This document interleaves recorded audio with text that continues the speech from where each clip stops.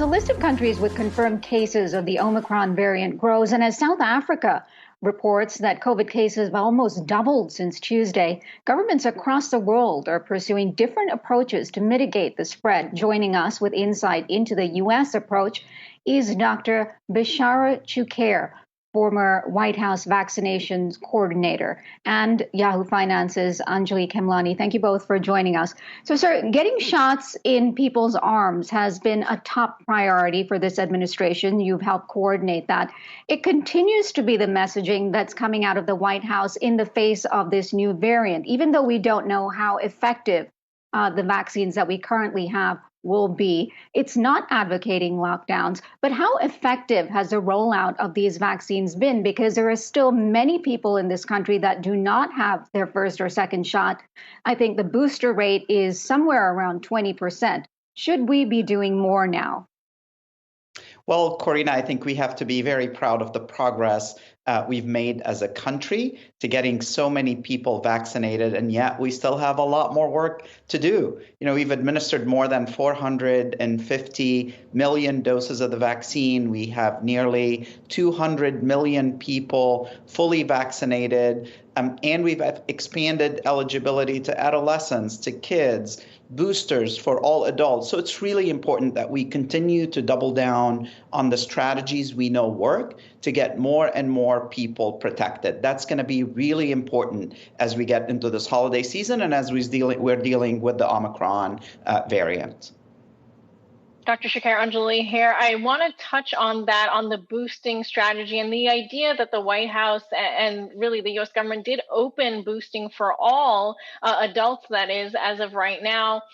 There are some concerns that if, in fact, Omicron, which to date we don't know the answer to this, if it does, in fact, escape the protection of the vaccines, that we would be unnecessarily boosting, while, again, going back to global equity, you know, there are people who don't have access to these doses.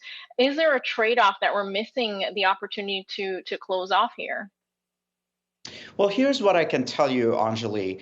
We know over the last several months, we've been seeing data about the improved protection that we're getting from the vaccine when we are providing adults with booster shots. We've seen the data from Israel. We continue to review data every single day. And we know that boosters work. They augment the titers of antibodies that we have in our body several folds, which gives us that additional protection that we'd want to get. And as we're heading into the holiday season, we'd want to do everything we can to be able to celebrate safely.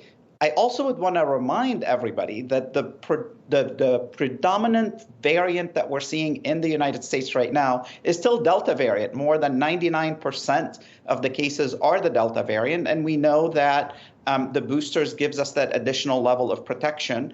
And we do have reason to believe that the booster will also give us that additional protection, hopefully from the Omicron variant as well. We just have to wait and see what the data coming out from the laboratory tests and from the real world data coming out soon.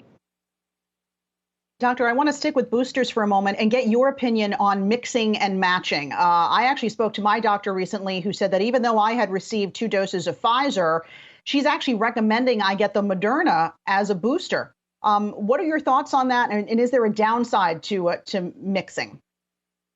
Well, what we know from the CDC recommendation is people can mix and match if they choose to do so. You know, obviously we have months and months of experience with all the 3 vaccines that we have. At the end of the day, though, I do anticipate that people will end up sticking with the dose that they've got for their primary series.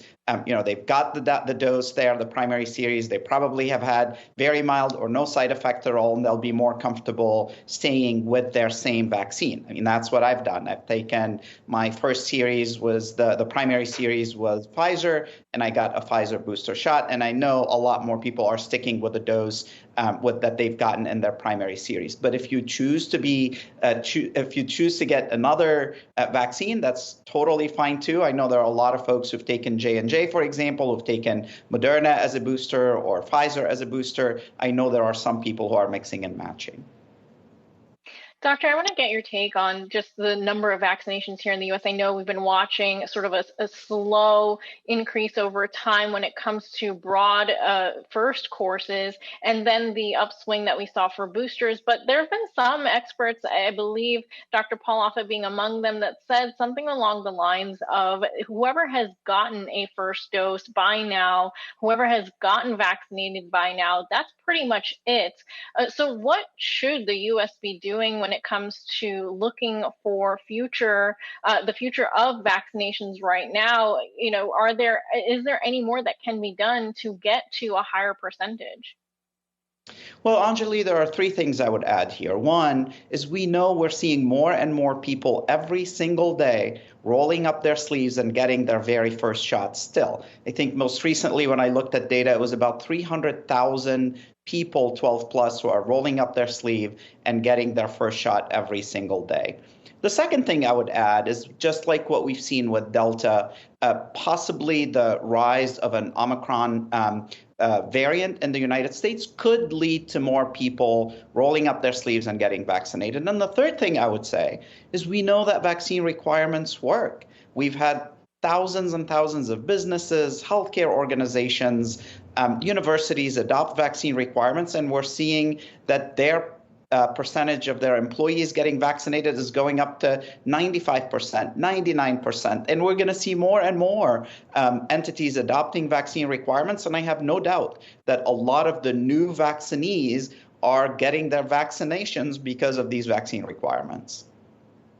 And so I want to ask you, given your involvement, how prepared is this administration to deal with a surge in Omicron cases if we do see them? So far, there have been no reports in this country, but we do have initial reports that young children, toddlers, even younger, have been infected. Obviously, there are no vaccines for them.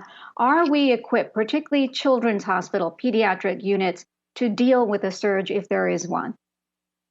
Well, look, we have never been more prepared as a country because of a lot of the steps that this administration has put in place. I mean, think about where we are today compared to a year ago.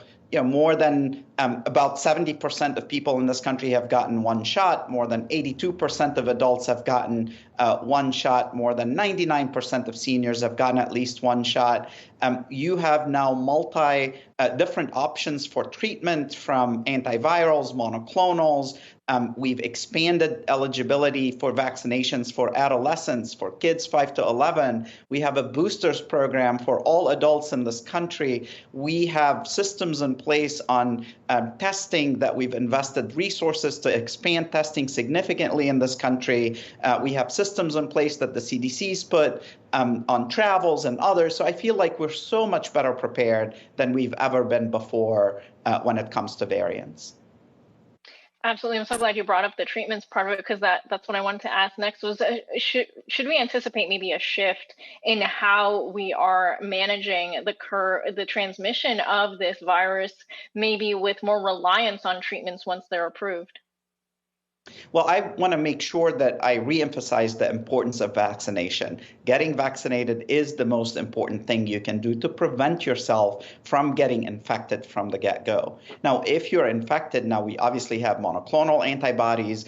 Merck had their product discussed today at an advisory committee to the FDA, and they voted in favor of authorizing the treatment. We know Pfizer is in line to get their treatment, their antiviral also in line to be reviewed by the FDA. So we're going to have more tools in our toolbox. My recommendation for now is what we know works. Please go and get vaccinated if you're not yet vaccinated. If you're vaccinated and you're eligible for a booster shot, please get your booster shots. We want to do everything we can to protect ourselves and be better prepared for the holiday season. Excellent advice. And like my colleague Alexis, I myself am getting my booster shot after work today. Dr. Bechara Choucair, former White House vaccinations coordinator, thank you so much for your time today, along with Yahoo Finance's Anjali Khemlani.